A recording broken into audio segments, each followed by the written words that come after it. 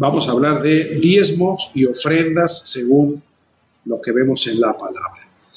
¿Dónde tiene su origen el diezmo? Todos hemos escuchado, a todos se nos ha enseñado que el origen del diezmo, bueno, pues viene en Abraham, ¿no? Desde Abraham. En el capítulo 14 de Génesis. Aquí está la primera mención del diezmo en la Biblia. ¿Sí? Génesis capítulo 14. Vamos a leer desde el verso 17. Resulta que Abraham tenía un sobrino que se llamaba Lot. Ellos en un momento se separaron. Y Lot se quedó a vivir en el área donde estaba Sodoma y Gomorra. Y entonces en aquel tiempo, pues vinieron unos fulanos y les declararon la guerra ahí a los de Sodoma y Gomorra y aledaños. Y bueno, pues les dieron en la torre, se los bailaron. Y entonces en una de esas pues, se llevaron gente cautiva y entre esos se llevaron al sobrino de Abraham, a Lot. Entonces cuando Abraham se entera, o sea, se pone las pilas, se pone rudo, Abraham arma a todos sus criados, que eran como 120, creo dice ahí, algo así, a todos, órale, con espadas y machetes y demás, y se van a perseguir a estos fulanos, y les caen de noche, y pues, les dan en la torre, claro, pues el Señor lo apoyaba a Abraham, ¿verdad? Y entonces, y rescata a su sobrino Lot y a la demás gente que se habían llevado cautiva. Y entonces, por eso dice, cuando volvía ¿quién? Abraham, de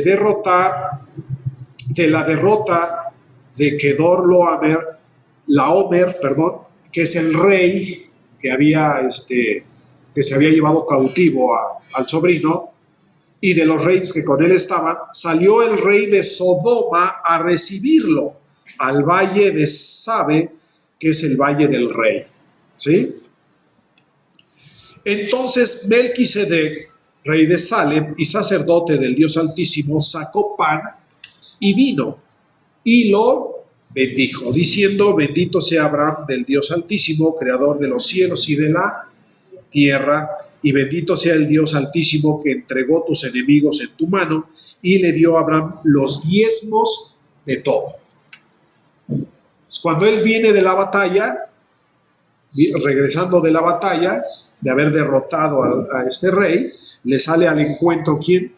El rey de Sodoma, y también le sale al encuentro Melquisedec, que era un sacerdote, dice ahí, del Dios Altísimo. No era pagano, no era un sacerdote pagano, era un sacerdote que tenía el conocimiento de Dios y que servía a Dios, al único Dios Altísimo. ¿Sí? Y sale a recibir a Abraham, dice, y sale con pan y vino. No sabemos qué significaba eso en aquel tiempo. El caso es que lo que bendice a Abraham, y Abraham, en respuesta a la bendición que recibe de Melquisedec, le da ¿qué? Los diezmos. ¿Sí? Le da los diezmos de todo. ¿De todo qué? ¿De todo cuál? De todo el botín. Dice ahí de todo el botín. Porque en aquel tiempo, cuando ibas a una guerra, había un botín. Y ese botín era la paga, o lo que era lo tuyo, era lo que te correspondía a ti y le correspondía a tus soldados. Y todos se repartían el botín. ¿Sí? ¿De acuerdo? Entonces, ¿le da los diezmos de qué? Del botín. Aquí empezamos a encontrar una pequeña diferencia. Nosotros se nos ha enseñado que el diezmo, nosotros diezmamos ¿de qué? Del fruto de nuestro trabajo. Pero aquí el diezmo que Abraham da no es el diezmo fruto de su trabajo, sino es el fruto de una victoria. Es el fruto de una victoria. Él trae el botín de una victoria que acaba de lograr, en el que hizo una liberación. ¿Sí? Aquí hay un misterio en el diezmo que quiero ser franco, yo no alcanzo a entender todavía, pero sé que esto tiene que ver con Cristo. Porque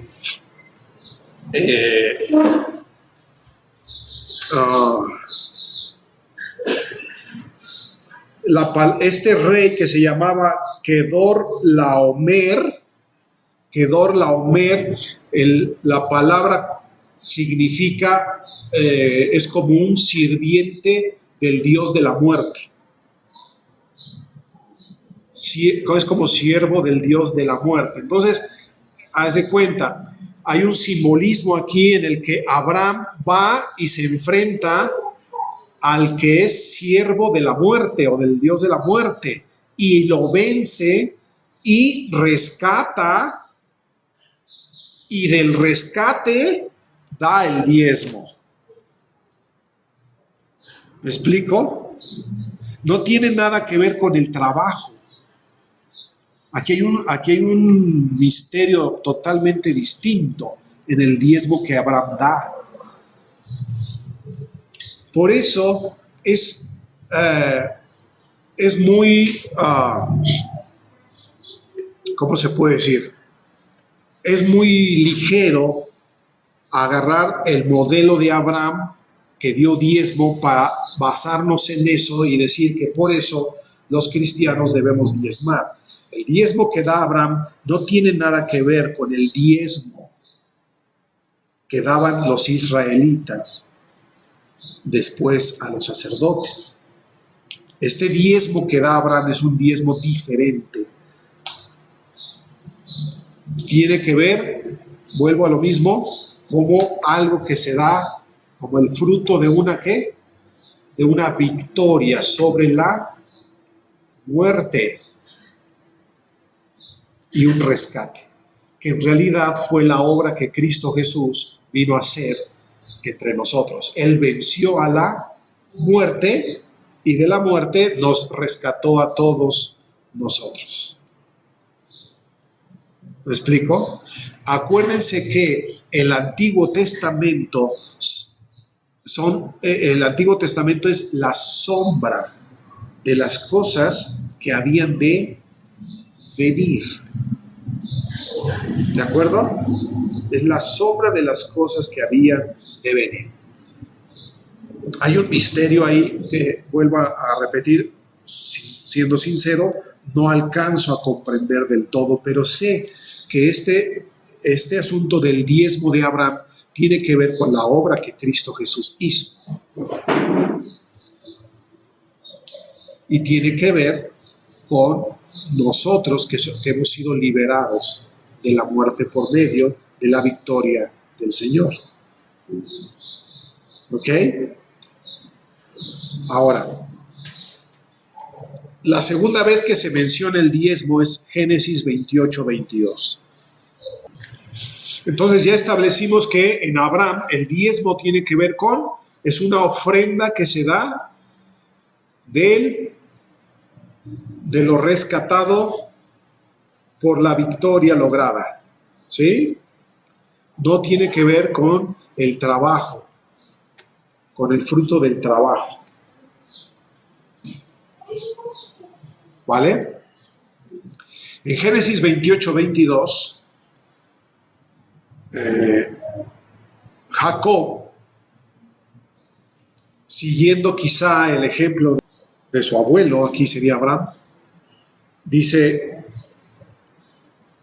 desde el verso 20, e hizo Jacob voto diciendo, si fuere Dios conmigo y me guardare en este viaje en que voy, y me diere pan para comer y vestido para vestir, y si volviere en paz a casa de mi padre, Jehová será mi Dios, y esta piedra que he puesto por señal será casa de Dios, y de todo lo que me dieres el diezmo apartaré para ti. Bueno, aquí sí ya estamos viendo otra cosa. El diezmo que va a dar Jacob, o que ofrece o que promete, es que el diezmo o el 10 que apartaré para ti de todo lo que tú me des, de todo lo que tú, o sea, si me dieres pan para comer y etcétera, etcétera, y si prosperare, claro que Jacob no está diciendo que va a dar, que a partir de entonces va a empezar a diezmar. Está diciendo de todo lo, si yo, cuando yo vuelva en paz, ¿sí? Y yo volviera en paz, de todo lo que me hayas prosperado, el diezmo apartaré para ti. ¿Está bien? Ok.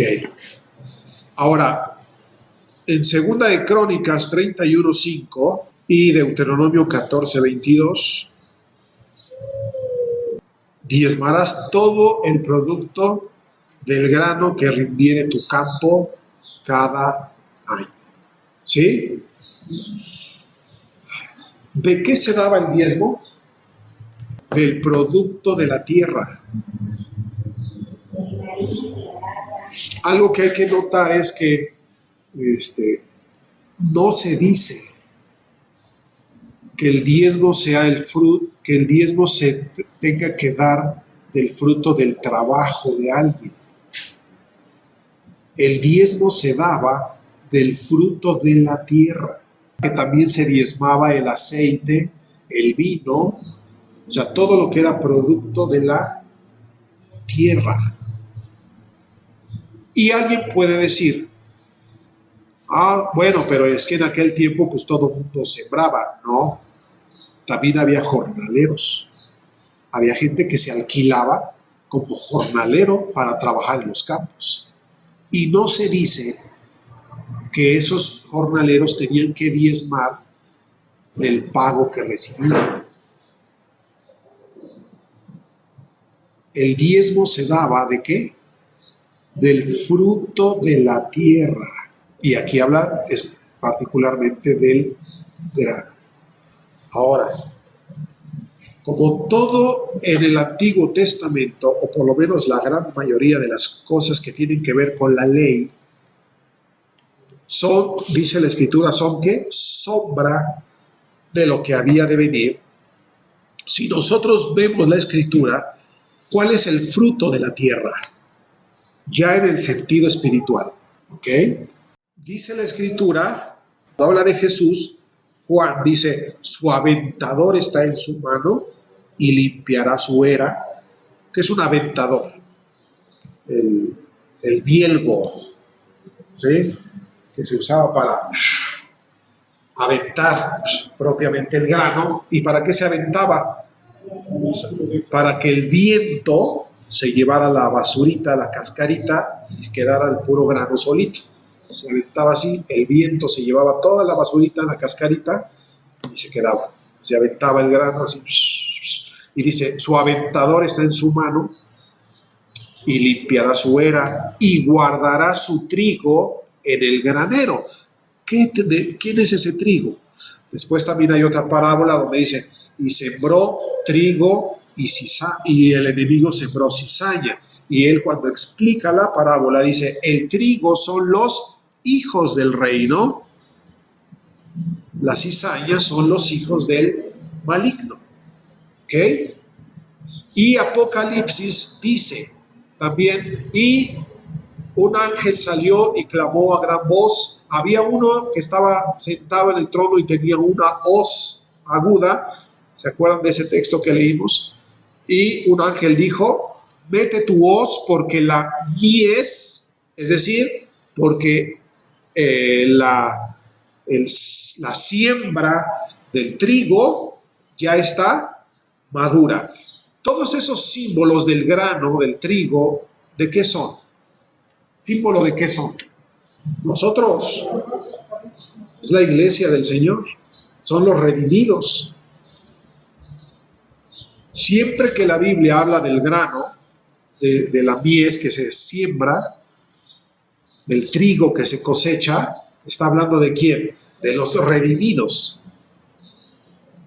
Pues de esos redimidos, lo que nos está diciendo que de esos redimidos hay un diezmo. Es decir, hay un diezmo que se aparta para algo especial y particular. ¿Qué es? No lo sé. Yo no lo sé. Pero aquí está diciendo, indefectiblemente diezmarás todo el producto del grano. Por eso el diezmo en el Antiguo Testamento se refería al diezmo de todo el fruto de la tierra. Y el fruto de la tierra en el sentido espiritual son los hijos del reino, o son los redimidos. Por eso el diezmo no tenía que ver con el salario.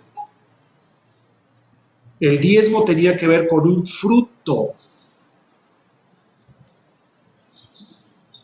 Como en el caso de Abraham, el diezmo no tuvo que ver con un salario, sino tuvo que ver con un fruto, el fruto de una victoria o de una conquista.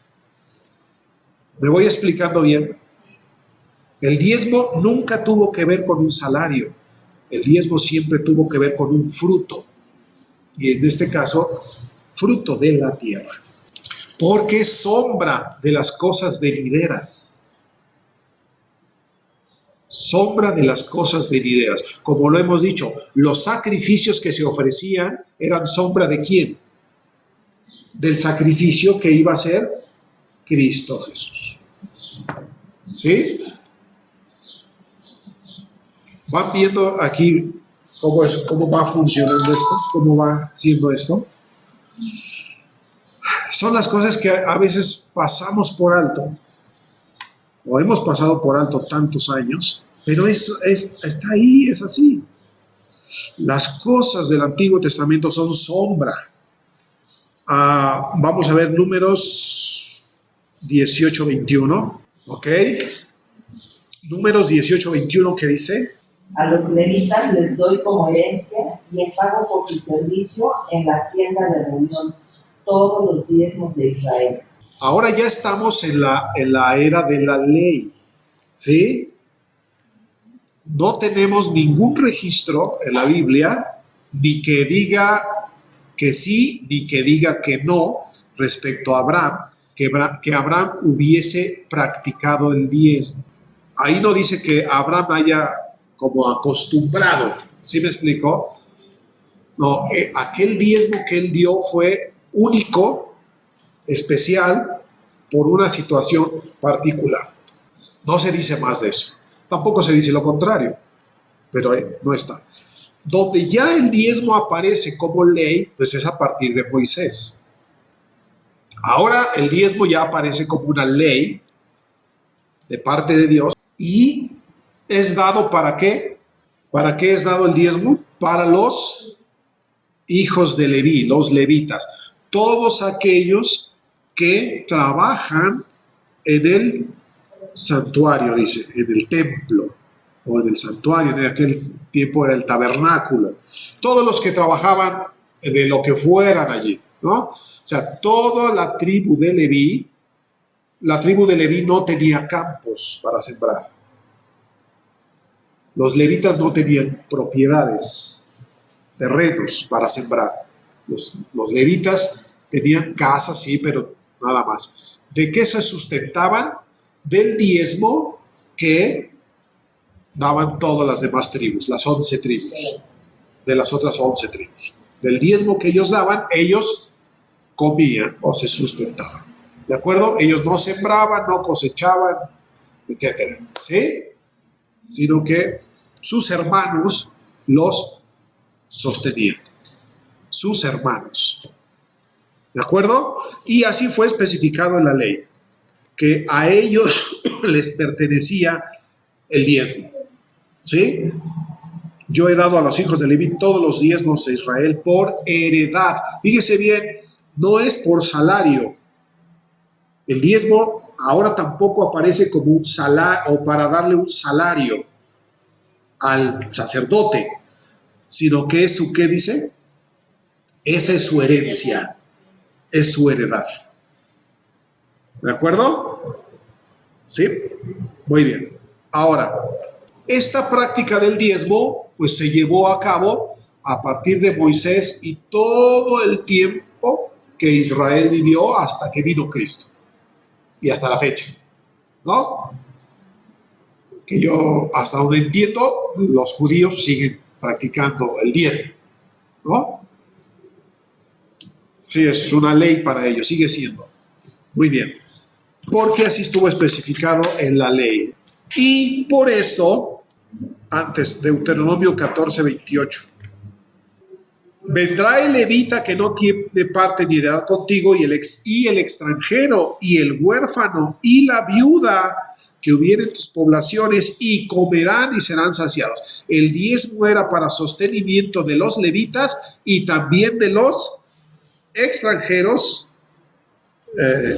viudas, huérfanos, o sea, todo aquel que estuviera en necesidad. No era exclusivo de los levitas, sino para los levitas y los desamparados o necesitados. Hay cosas interesantes aquí, ¿no? Ahora sí vamos a Amós 4:4 y luego Malaquías 3:8, el más famoso de todos, exactamente. ¿Robará el hombre a Dios? Dice, pues vosotros me habéis robado. ¿Y en qué te hemos robado? En vuestros, ¿qué? Diezmos y ofrendas. Porque no están trayendo sus diezmos ni están trayendo sus ofrendas. ¿Sí? Han robado. Hay una amonestación muy fuerte aquí contra Israel. ¿Sí? Pues vosotros, la nación entera, me habéis robado. Les dice, ¿no? ¿Por qué? Porque era una ley. Así de fácil, porque estaba en la ley. Y en ese tiempo, por X o Y circunstancia, el pueblo había dejado de traer el diezmo, de traer la ofrenda, y la casa, el templo estaba abandonado, no había alimento, los levitas venían, no tenían que comer y tenían que ir a buscar trabajo. Tenían que ir a buscar trabajo porque no había alimento. Y entonces la amonestación es por esto. Me habéis robado, dice, traed los diezmos para que haya alimento en mi casa. Es decir, esto no está bien. Mi casa es un lugar de alimento, donde debe haber alimento. Y de eso todos ustedes deben encargarse de que lo haya. Para que todo, como dije, el levita, el extranjero, el huérfano, la viuda, el necesitado, tenga de dónde obtener alimento. Entonces, los levitas están teniendo que buscar trabajo, las viudas están teniendo que vérselas o pasar hambre, los huérfanos, porque ustedes no traen los diezmos. Y entonces el Señor, el sufrimiento de los levitas o el padecimiento de los levitas y de todos ellos lo hace suyo. Y si ustedes me han robado, ¿sí? O sea, se están quedando con lo que es, ¿qué? Con lo que es mío. El diezmo es mío, pero no es porque Dios lo necesite o se lo quede, sino para mis sacerdotes, mis huérfanos, mis viudas, mis necesitados. ¿Vale? Y hay una amonestación ahí fuerte, pero la amonestación viene por causa de la, ¿qué? La amonestación viene por causa de la ley, porque está escrito en la ley, estaba especificado. ¿Lo explico bien? Bueno, vamos avanzando, no quiero tardarme mucho ya. Ahora, esto es en cuanto al Antiguo Testamento. Ahora, en el Nuevo Testamento, ¿qué hay acerca del diezmo? La ofrenda y todas estas cosas. Curiosamente, pues vamos a encontrar que en el Nuevo Testamento no está mandado a los creyentes el diezmo. Ni Jesús mandó a diezmar, ni los apóstoles jamás mencionaron alguna vez que los creyentes debieran practicar el diezmo que practicaba Israel. Es real. No hay ningún texto en la Biblia que diga, del Nuevo Testamento, que diga que haya una enseñanza ni de Jesús ni de los apóstoles acerca del diezmo. Todo el tema del diezmo lo hemos basado hasta el día de hoy en el Antiguo Testamento. Todo. Cualquier predicación que se escuche acerca del diezmo como algo que se tiene que hacer, que se tiene que practicar, todo está basado en el Antiguo Testamento. Todo. En el Nuevo Testamento no hay ni una sola mención, ni una sola enseñanza o mandato acerca del diezmo, ni de Pablo, ni de Pedro, ni de Juan, ni de ningún apóstol, ni de Jesús. ¿Sí? Jesús menciona, algunos hablan de esto. Ahora, ¿por qué estoy diciendo todo esto? Estoy tratando con esto yo de revelarme o de decir que por eso ya no debemos de diezmar y todo eso, porque pues ¿contra quién me rebelo? Contra nadie, porque nadie me exige a mí el diezmo. Yo no estoy en ninguna iglesia donde me lo exija. ¿Sí me explico? No, estoy tratando de poner en claro la Escritura. Creo que siempre en todas las cosas debemos aprender a leer la Escritura y hacer lo que dice y lo que dice la Escritura. Y lo que no dice simplemente no es. Punto. Ya. Hay una sola ocasión en la que Jesús menciona el diezmo, ¿sí?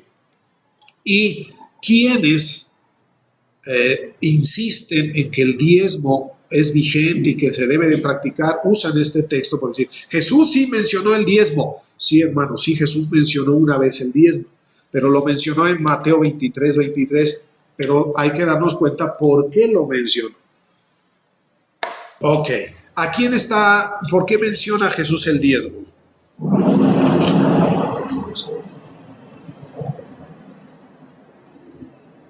Porque está denunciando ¿a quiénes?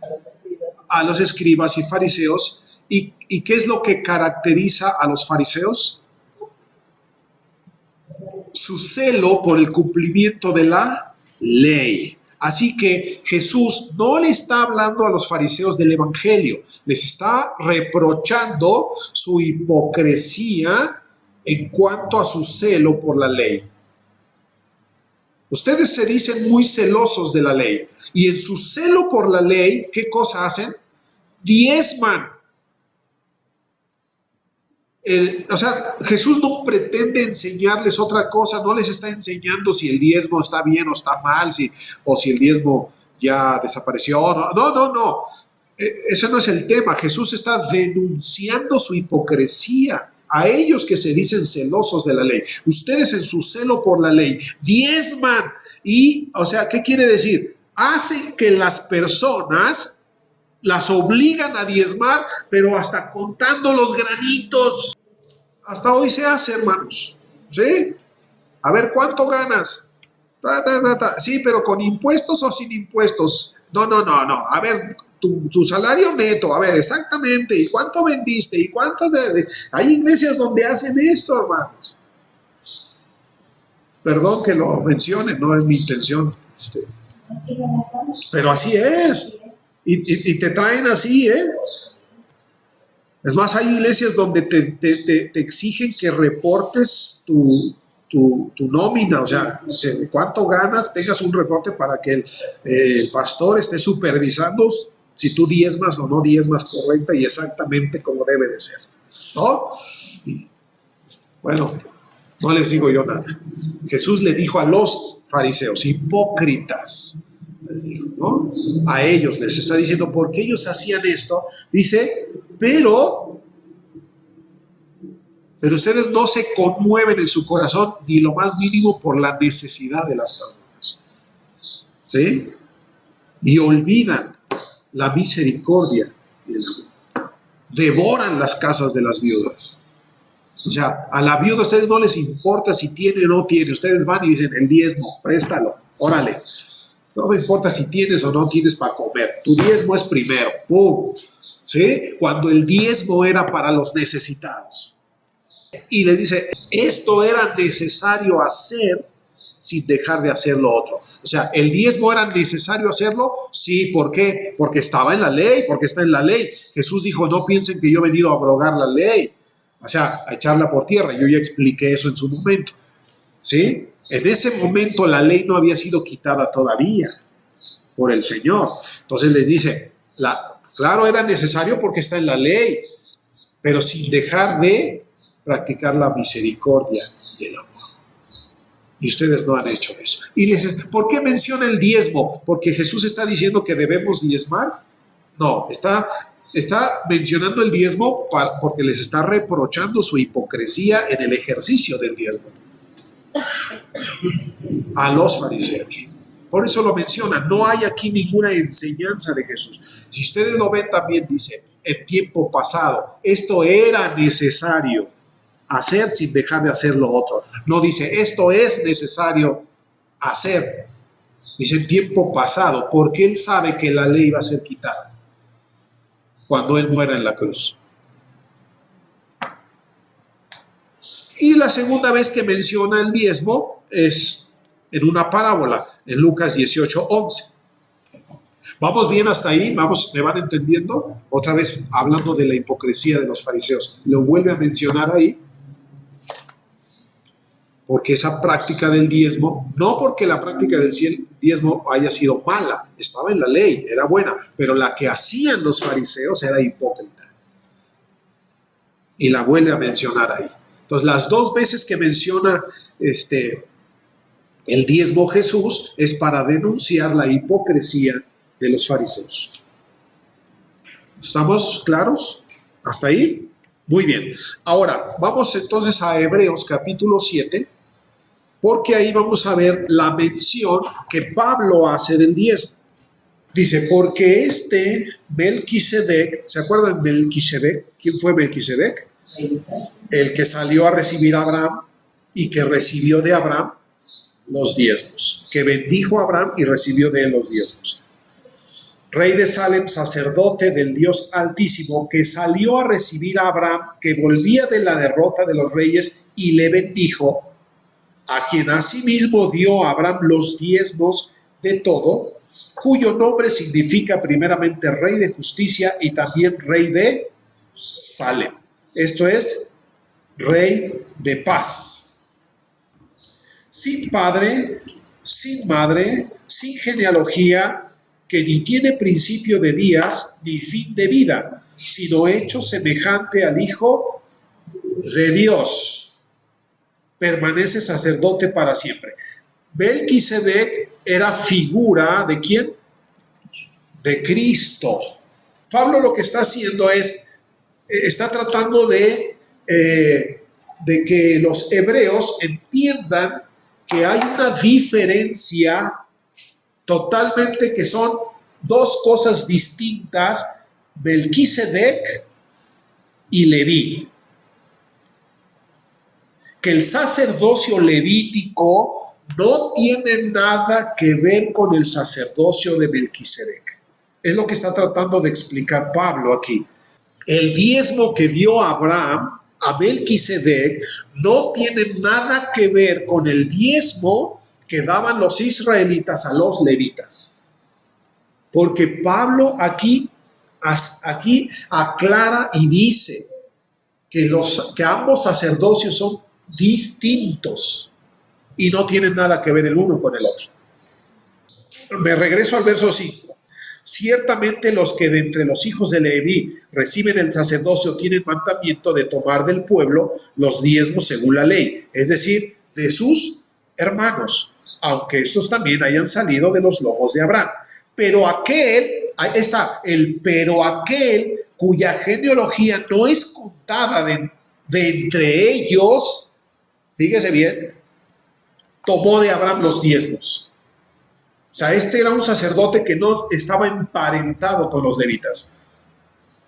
Y este fue el que tomó de Abraham los diezmos y bendijo al que tiene las promesas. Y sin discusión alguna, el menor es bendecido por el mayor. Es decir, Abraham es el menor, Melquisedec es mayor. Y aquí ¿dónde?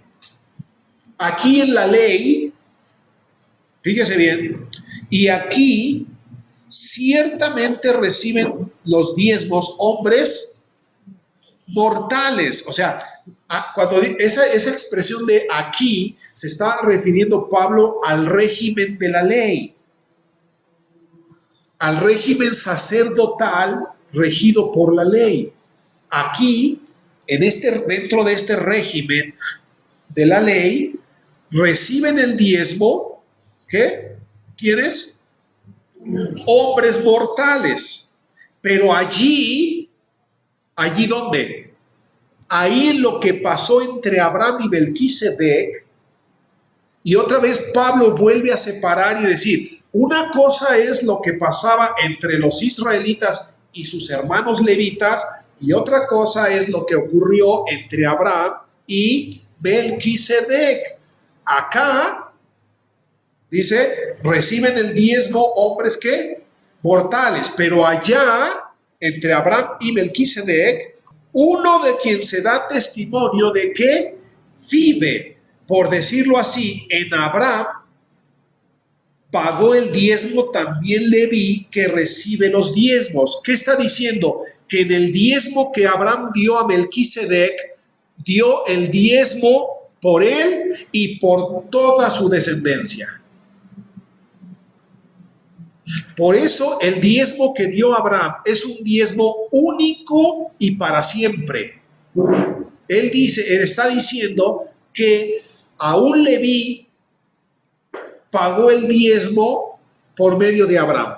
Es decir, Abraham dio el diezmo a Melquisedec a nombre de sí mismo y de toda su descendencia. Y toda su descendencia, ¿sí? O sea, ahí se dio un solo diezmo por él y por todos. A diferencia del diezmo que se daba a los levitas. ¿Se entiende lo que voy diciendo? ¿Hasta ahí vamos bien? Ahora, verso 10, porque aún estaba en los lomos de su padre cuando Melquisedec le salió al encuentro. Ahora fíjense bien lo que dice el verso 11. Si pues la perfección fuera por el sacerdocio levítico, porque bajo él recibió el pueblo la ley, ¿qué necesidad habría aún de que se levantase otro sacerdote según el orden de Melquisedec y que no fuese llamado según el orden de Aarón? Si el sacerdocio levítico fuera perfecto, ¿qué necesidad habría de levantar otro sacerdocio distinto que no tuviera relación con este? Lo importante es que ustedes puedan darse cuenta de cómo Pablo insiste en separar ambas cosas. ¿Sí? Y que el sacerdocio arónico era imperfecto, o levítico era imperfecto. Lo perfecto era el sacerdocio ¿de qué? De Melquisedec, porque el sacerdocio de Melquisedec representaba a Cristo, que fue levantado como sumo sacerdote, y Cristo no era de la tribu de Leví. Aquí hay dos sacerdocios distintos. Y en los dos hay diezmo. En ambos sacerdocios hay diezmo, con la diferencia de que en el sacerdocio de Melquisedec, Abraham dio el diezmo una sola vez y por todos. Mientras que en el sacerdocio levítico es un diezmo que se daba constante y permanentemente a Leví. ¿Hasta ahí me van siguiendo? Y luego, repito el verso 11. Si pues la perfección fuera por el sacerdocio levítico, ¿qué necesidad habría aún de que se levantase otro sacerdote según el orden de Melquisedec y no fuese llamado según el orden de Aarón? ¿Por qué cambiado el sacerdocio? Y ahí está la clave. Porque cambiado el sacerdocio, necesario es que haya también, ¿qué? Cambio de ley. Y aquel de quien se dice esto es de otra tribu, de la cual nadie sirvió jamás al altar. Porque manifiesto es que nuestro Señor vino de la tribu de Judá, de la cual nada habló Moisés tocante al sacerdocio. Me regreso al verso 12. Porque cambiado el sacerdocio, ¿qué? También tiene que cambiar la ley. ¿Qué es lo que ocurrió en Cristo Jesús? Fue cambiado, ¿qué? El sacerdocio. Fue quitado el sacerdocio levítico y fue establecido el sacerdocio de Melquisedec en Cristo Jesús. ¿Sí o no? Pero cambiado ese sacerdocio, o sea, es decir, habiendo sido quitado el sacerdocio levítico, con él fueron quitadas, ¿qué cosa? Todas sus leyes. Y el diezmo que daban para sostenimiento de los levitas, ¿a qué régimen pertenecía? ¿Al sacerdocio arónico o levítico o al de Melquisedec? Al levítico. Y si el sacerdocio levítico fue quitado para establecer el sacerdocio de Melquisedec, entonces fue quitado junto con todas sus leyes, incluidas en ellas, ¿qué cosa? El diezmo, porque está hablando del diezmo. No hay tal diezmo para sostenimiento de, ya no existe el sacerdocio levítico. Entonces, esto de que todos tenemos que diezmar para sostener el pastorado, los ministerios y todo eso, y para eso todos tenemos que traer el diezmo, pues estamos reviviendo, ¿qué cosa? Al hacer eso, estamos reviviendo el sacerdocio levítico, y mal, para acabarla, porque ¿quién comía del diezmo? Todos los levitas, pero en el régimen evangélico, el diezmo es para sostener ¿a quién? Al pastor nada más. No es para los del grupo de alabanza, no es para los hermanos que no participan del diezmo, los hermanos que tienen un ministerio, que trabajan también en la congregación, o sí. No, pero aquí era para todos los levitas, para el levita que le tocaba hacer el aseo, comía del diezmo, el que le tocaba lavar los utensilios, comía del diezmo, lo mismo que el sacerdote que ofrecía los sacrificios, lo mismo que el sumo sacerdote, o sea, todos por igual comían del diezmo, incluidos huérfanos, viudas. Entonces, hoy en la iglesia evangélica se pretende revivir el sacerdocio levítico diciendo que dice la Biblia que el diezmo lo debemos dar todos para sostenimiento del pastor. Entonces hay un revivir del sacerdocio levítico, el cual por Cristo fue quitado, el sacerdocio levítico, y establecido el sacerdocio de Melquisedec, ¿sí? En el cual ya Abraham pagó el diezmo de todos, una sola vez y por todos. Se pretende revivir un sacerdocio que ya fue quitado y aparte se revive de mala manera. ¿Cómo nos falta tanto discernimiento y entendimiento en la Escritura? Y se nos hace fácil decir así tantas cosas. Y, esto debe ser así, porque aquí la Biblia, y agarramos de aquí, de allá, de chile, de mole, de dulce, y lo aplicamos simplemente para forzar a veces una situación, una condición o algo que queremos que suceda. ¿No? Cuando no son así las cosas. Equivocadamente, porque ni siquiera es como se hacía. Por eso es que aquí no vamos a decir que debemos diezmar, hermanos. Debes traer tu diezmo, ¿no? Y bueno, es que fácil, yo digo que esta es la iglesia y yo soy el pastor. Pues, es el de hermanos, su diezmo. Ahora, ¿estaría mal? No, ahorita lo vamos a ver. Fíjense bien. Ahora, eso no significa que el Nuevo Testamento, en las enseñanzas de Cristo y de los apóstoles, el dar ya esté eliminado. Hermanos, les voy a decir que es que todavía el desafío es más grande en Cristo Jesús. Les digo todo esto, hermanos, porque tenemos que renovar nuestra mente. Y sobre todo, yo no estoy intentando atacar a nadie y decir, ay, de esos hermanos que recogen el diezmo. No. O sea, hermanos, cada quien, dice la Escritura, ¿quién eres tú para juzgar al criado ajeno, no? Cada quien. Si alguien lo hace con mala intención o otros lo hacen por ignorancia, el Señor lo sabe. No es mi asunto. A mí mi asunto son ustedes que están aquí. Y el asunto es, hermano, que esto es para libertad, para que no nos dejemos, para que no te dejes manipular por la culpa, porque el enemigo es lo que hace, usa la ley para traer culpa y acusación sobre ti y para traer esclavitud, es lo que dice Pablo. Entonces, tal vez tú estás mortificado, ay, no he diezmado. O sea, estás con la ley encima de ti,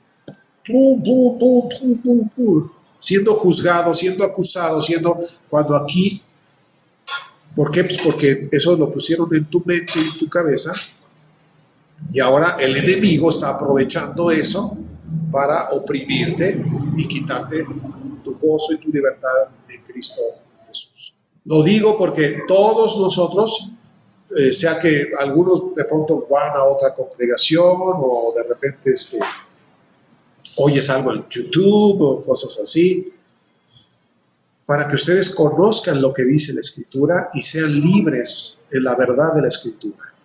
Y aunque ustedes oigan a alguien decir, porque sí, porque tú tienes que diezmar, porque mira, la palabra dice, malditos sois con maldición, tú debes saber una cosa, sí, todo eso es correcto conforme al sacerdocio ¿qué?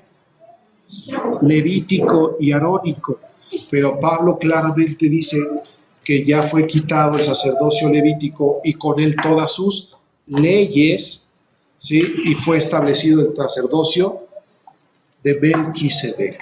Ahora, hay otras cosas. ¿De qué habla el Nuevo Testamento? ¿Los apóstoles de qué hablaban? Porque los apóstoles sí hablaban de dar.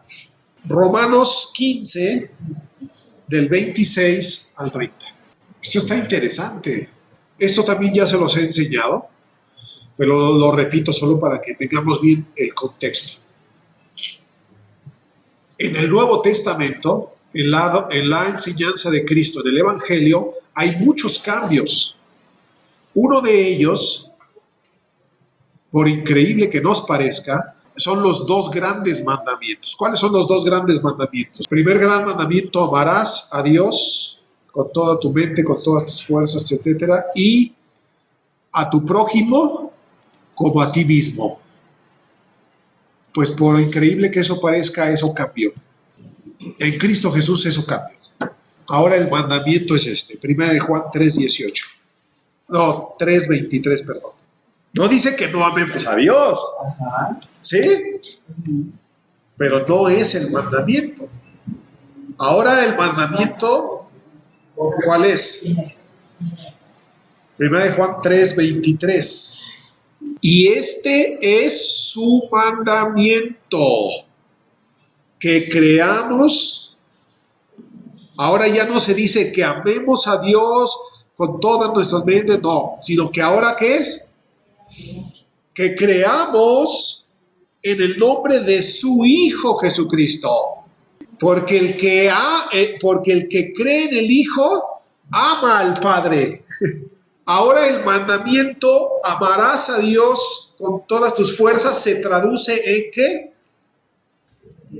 En creer en su Hijo Jesucristo. Ahí se traduce ese mandamiento. Antes se decía, amarás a Dios sobre todo porque no había venido Jesucristo. Pero una vez que viene Jesucristo ahora el amor por Dios que dices tener, tradúcelo en fe hacia mi Hijo Jesucristo. Es lo que les dijo a sus judíos. ¿Sí? ¿Tú quién eres? El que ustedes dicen que es su padre, él es el que me envió y no quieren creer en mí. Les dice, ¿cómo dicen ustedes creer en Dios y no creen en mí? Por eso lo que está en el Antiguo Testamento es sombra, es limitado, es Se dice, amas a Dios sobre todas las cosas, pero ahora ese amor se traduce en una cosa: creer en mi Hijo, Jesucristo. Ese es el nuevo mandamiento. Y amarás a tu prójimo como a ti mismo. Ya no es amarás a tu prójimo nada más como a ti mismo, sino el amarnos los unos a los otros, porque no existía la iglesia todavía. Aún no existía el cuerpo de Cristo. Ahora que ya existe el cuerpo de Cristo, un nuevo mandamiento les doy, dijo Jesús. Porque es nuevo mandamiento. Jesús dijo, un nuevo mandamiento les doy, que se amen los unos a los otros. ¿Sí? Antes era amarás a tu prójimo como a ti mismo, porque no existía el cuerpo de Cristo aún. Pero venido Cristo y muerto en la cruz, ahora existe el cuerpo de Cristo. Y ahora el mandamiento ya no es amarás a tu prójimo así en general, sino amarás a tu hermano, porque es miembro del mismo cuerpo. Que se amen los unos a los otros. Este es el mandamiento nuevo que les doy. ¿Por qué es nuevo? Porque ahora hay algo nuevo que es el cuerpo del Señor. Y en este contexto, y bueno, vean cómo nosotros en la iglesia, en las iglesias, seguimos predicando, amarás a Dios sobre todas las cosas y a tu prójimo como a ti mismo. Hermanos, como está escrito, no vemos la transición de lo viejo a lo nuevo, que es más perfecto y es mayor. Y seguimos en cosas viejas. Por eso equivocamos tantas cosas y por eso estamos a veces como estamos, como iglesia del Señor. Porque nos falta entendimiento y discernimiento para transitar de lo viejo a lo nuevo. Seguimos con el sacerdocio levítico, el sacerdocio, bueno, hasta se les dice levitas a los que cantan y a los levitas. O sea, insistimos en lo viejo y no terminamos de transitar hacia lo nuevo. Por eso hay tanta falta de crecimiento espiritual en la iglesia del Señor. Porque seguimos con un pie en lo viejo y otro pie en lo nuevo. No hay madurez en la iglesia suficiente. Carecemos de tanta madurez espiritual en la iglesia, porque por tener un pie así en lo viejo y otro en lo nuevo, sin terminar de transitar de lo uno a lo otro. Y en este contexto de lo nuevo que es el cuerpo de Cristo, en este contexto están las ofrendas. El Nuevo Testamento, los apóstoles no hablan de diezmo, hablan de ofrendas. Este texto que leímos de Romanos 15:26, vamos a regresarnos a Romanos 15:26. Vean lo que dice: porque Macedonia y Acaya tuvieron a bien hacer una ¿qué? Ofrenda para los pobres que hay entre los santos que están en Jerusalén. ¿Para cuáles pobres? Los pobres que están allá en el metro, los pobres que están allá en las vías. No, habla de los pobres que hay ¿qué? Entre los santos. Los pobres de que son hermanos, que son del cuerpo de Cristo. Se hace ofrenda aquí, dice, Macedonia y Acaya tuvieron a bien levantar una ofrenda para los hermanos que están padeciendo en Jerusalén. En aquel tiempo, Jerusalén estaba pasando por una crisis económica y había pobreza, había hambre, había necesidad. Entonces ellos envían, pues les pareció bueno y son, ¿qué? Deudores a ellos. ¿A quién son deudores? A los santos de Jerusalén, que son de origen judío. Macedonia y Acaya son iglesias gentiles. Jerusalén es una iglesia de judíos, o sea, creyentes en Cristo, pero de judíos convertidos a Cristo. Macedonia y Acaya son iglesias nacidas de los gentiles. Estos, dice, ellos reconocen que son ¿qué? Deudores de los hermanos judíos. ¿Por qué deudores? Porque si los gentiles han sido hechos participantes de ¿qué? De sus bienes espirituales, porque Pablo dice No, Jesús dijo, perdón, porque que la salvación viene de los judíos. ¿De dónde nació el Cristo? De los judíos. ¿De dónde nació la palabra de Dios? De los judíos. ¿Dónde Dios comenzó toda la obra? ¿De dónde nació Abraham? O sea, toda esta descendencia, de ahí proviene la bendición para todos los demás. Así que nosotros reconocemos, Pablo dice, Macedonia y Acaya reconocen que los judíos, que de ellos nació toda la bendición para ellos como gentiles y son deudores a ellos, y por eso en amor levantan esta ofrenda para ellos. ¿Ven los principios que se establecen aquí? Se establece un principio que es, si yo participo de los bienes espirituales de otro, ¿qué? Justo es y bueno es que ese otro participe de los bienes, ¿qué? Materiales, y después lo va a aplicar en otro sentido. ¿Vamos bien? ¿Se dan cuenta? Entonces aquí hay ofrenda para los hermanos necesitados. Primera a los Corintios 16. Versos 1 al 3. En cuanto a la ofrenda para los santos, haced vosotros también de la manera que ordené en las iglesias de Galacia. ¿Qué ordenó Pablo? ¿Dar el diezmo? No. Ordenó que se levantase una ofrenda para los pobres, para los santos. Cada primer día de la semana, cada uno de vosotros ponga aparte algo, según haya prosperado. Guárdenlo para que cuando yo llegue, ¿qué? No se recojan entonces ofrendas, ¿sí? Sino que ya esté todo, ya nomás me las dan, yo las llevo a Jerusalén. Y no en ese momento estemos ahí, hermanos, ¿quién quiere ofrendar para los hermanos? No, desde ahorita vayan aparte, ya destinen, guárdenlo, cuando yo vaya ya nada más lo recojo y me lo llevo. ¿La ofrenda para quién era? Igual para los santos. Hechos 6, 1. En aquellos días, como creciera el número de los discípulos, hubo murmuración de los griegos contra los hebreos, o sea, de los de origen gentil contra los de origen judío, de que las viudas de los judíos, de los gentiles, eran desatendidas en la distribución diaria. Tenían un programa de atención a las viudas. Pues, ¿para qué se empleaban los dineros o lo que se aportaba?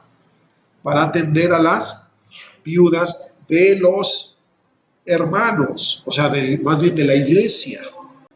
Entonces, no hay ninguna mención sobre diezmo, no hay ninguna mención sobre primicias. Ahora, las ofrendas son ¿para quién? Para los hermanos y los necesitados. Y aquí quiero anotar una cosa más importante.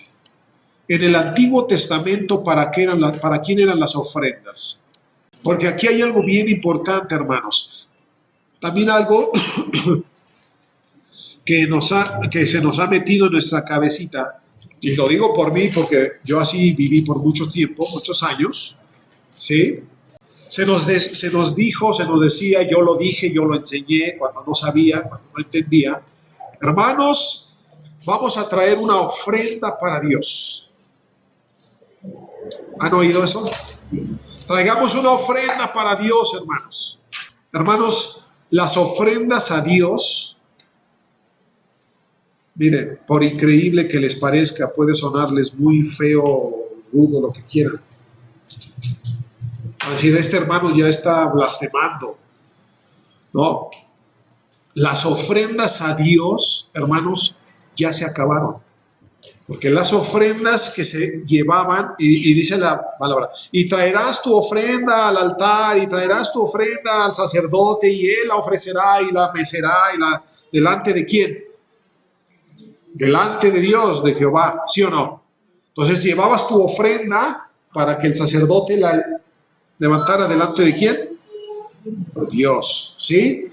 Pero todo es sombra de las cosas que habían de venir. ¿Quién es la ofrenda perfecta? Cristo. Cristo fue levantado en la cruz delante del Padre como ofrenda perfecta. Por eso las ofrendas que se levantan delante de Dios ya se acabaron, hermano, ya se acabaron. Ya no hay ofrendas que traemos delante de Dios, porque la ofrenda es Cristo. Y nosotros somos en Él ofrenda. Ayer estaba escuchando un canto que dice: acéptame como ofrenda de amor, como un sacrificio agradable en tu honor. ¿Lo han oído? Hermanos, ¿dónde dice eso la Biblia? Acéptame como ofrenda. Hermanos, la ofrenda es Cristo, y si yo estoy en Cristo, yo soy ofrenda delante de Dios por mi unión con Cristo Jesús. Yo soy en Él, soy la ofrenda delante del Padre, en Cristo. No es mi entrega a Dios, yo me voy a entregar a Dios como ofrenda. ¿Yo? Hermanos, eso es una usurpación. Yo no me puedo ofrecer yo a mí mismo como ofrenda. No, Cristo se ofreció Él como ofrenda y yo en Él soy ofrenda delante de Dios, en Cristo Jesús. Y hablando de dineros, no hay ofrendas que traemos delante del Padre, delante de Dios. Traigan su ofrenda, hermanos, y pongámosla delante de Dios. Eso es Antiguo Testamento, eso es sombra. Las ofrendas que ahora traemos son ¿para quién? Para los hermanos. Porque el mandamiento es: cree y ama a tus hermanos. Pero ¿sabe una cosa, hermanos? Nos hace sentir más espirituales traerle una ofrenda a Dios. Sí, porque es para Dios. Eso nos hace sentir bien espirituales, traerle a Dios nuestra ofrenda. Y a mí me enseñaron, y como es para Dios, tráelo mejor. Y me decían, es más, no traigas ahí cualquier moneda. Es más, no traigas monedas. Un billete ahí. No, busca el mejor billete, el bonito, el planchadito, el guapo, el hermoso. ¿Porque es para quién? Para Dios. ¿Eso nos hace sentir tan espirituales?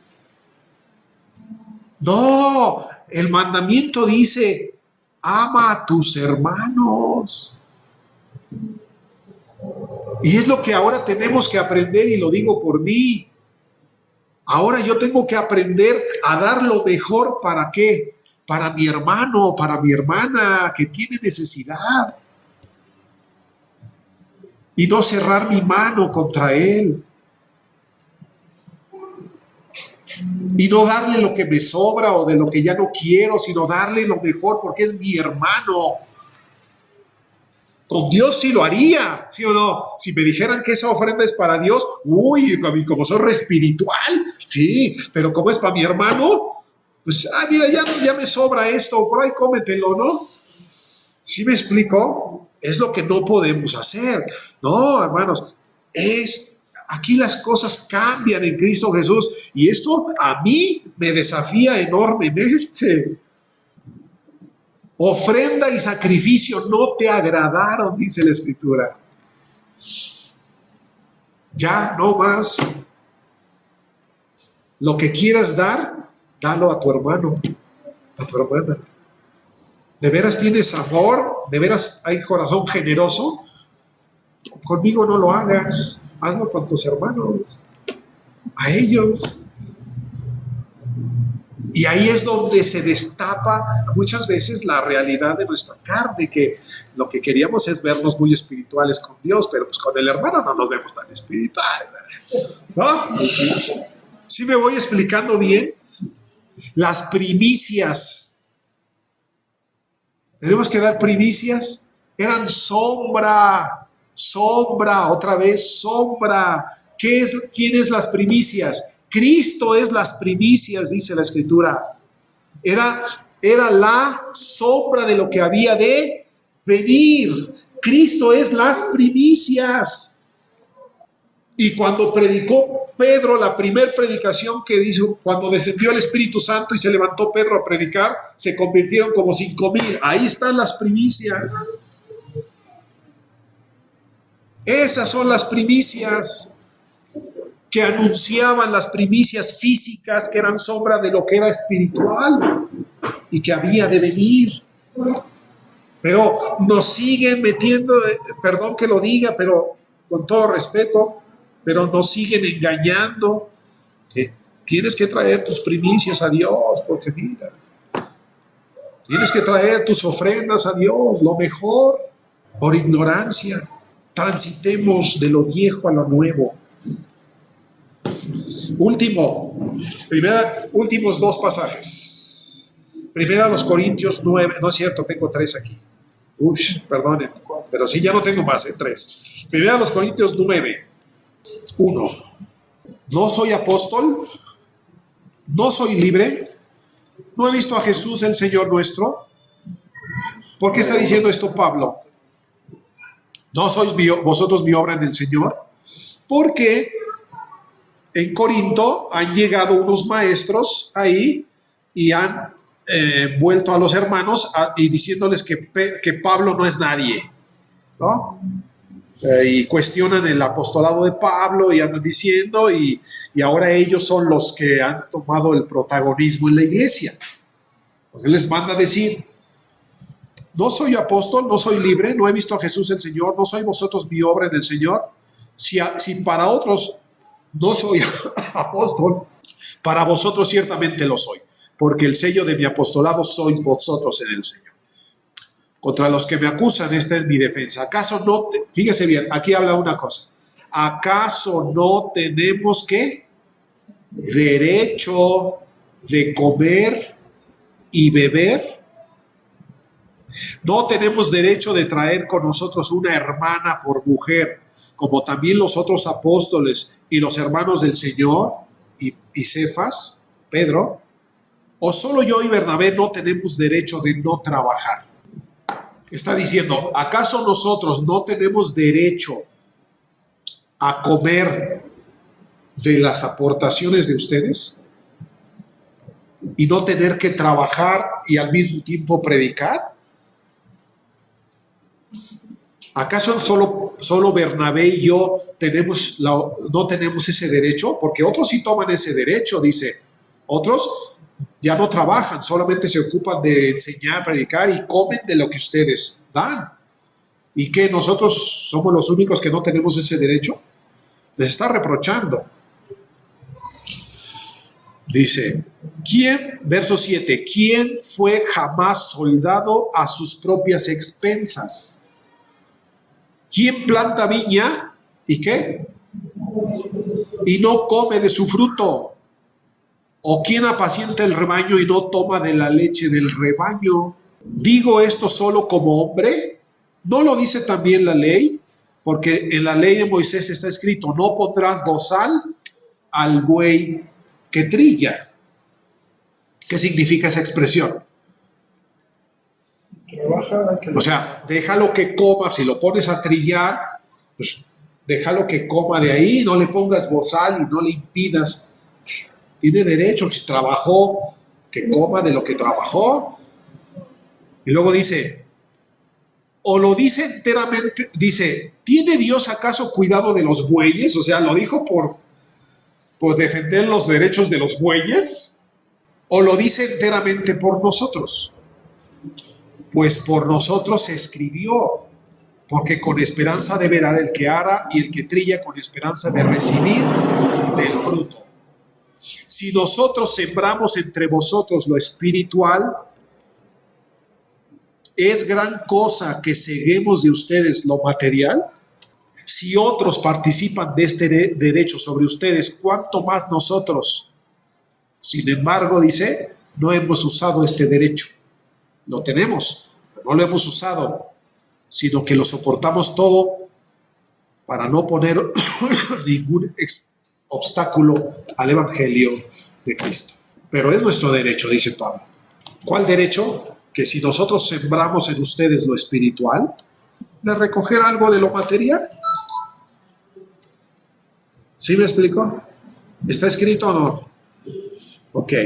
Entonces, las dádivas o lo que las iglesias daban, ya establecimos, era para ofrendas para los necesitados, pero aquí Pablo establece otra cosa. ¿Para qué es? Vamos a 1 Timoteo 5:18. Y por supuesto, ustedes, hermanos, perfectamente saben que esto yo no lo digo por mí, ¿o sí? ¿Verdad? Pero estamos aquí para establecer lo que dice la Escritura.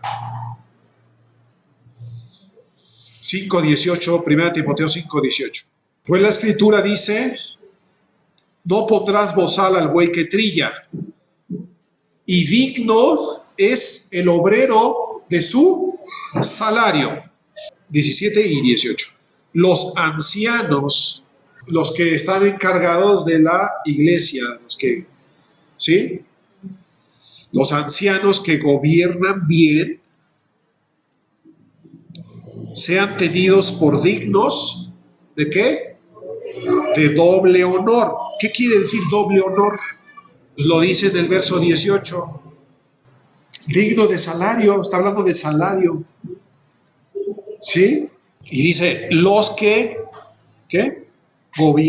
ancianos que gobiernan bien sean tenidos por dignos de doble honor o recompensa. ¿Sí? O recompensa. Mayormente los que trabajan en predicar y enseñar.